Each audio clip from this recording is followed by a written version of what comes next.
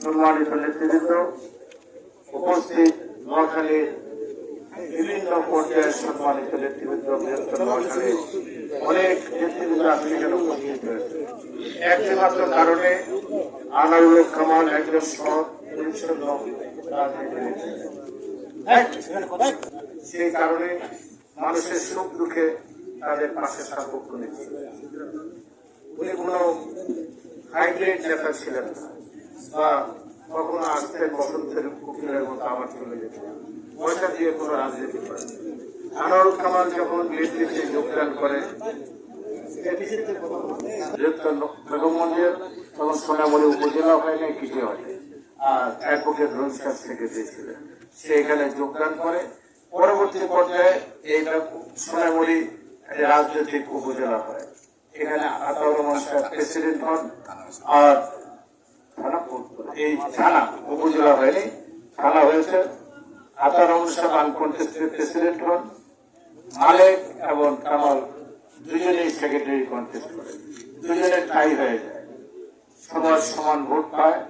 তখন টসের মাধ্যমে আমি টস করলাম, রহিম সাহেব টসই করলেন, আনোয়ারুল কামাল সাহেব টসে সেক্রেটারি হলেন।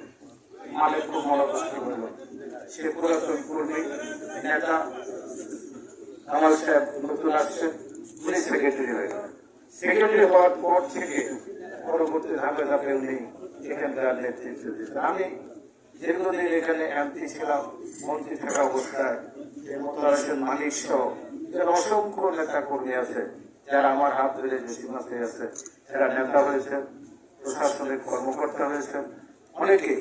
আর এ এলাকার সমস্ত অনেক বন্ধুরা বলবো না, আমি শুধু একটি কথা বলতে চাই মুসলমান হিসেবে, ওই মুসলমান যে ভালো সৎকর্ম করে তার মৃত্যুর পর তাকে জানাজার মধ্যে দিয়ে সবাই তাকে শেষ বিদায় জানায়।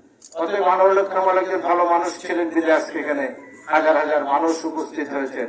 আমি দেখেছি আমাদের এই এলাকার একজন এমপিও ছিলেন এবং বিশিষ্ট শিল্পপতি, 200-250 বেশি মানুষ ওনার জানাজায় অংশগ্রহণ করেন।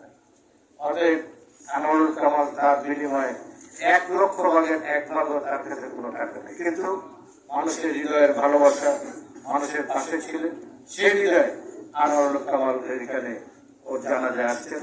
তার সন্ত পরিবারকে আল্লাহ শেষ শক্তি দান করুক, আল্লাহ তাকে ব্যস্ত নসিব করবেন, কারণ জনগণের পাশে ছিলেন, জনগণের প্রতিনিধি ছিলেন।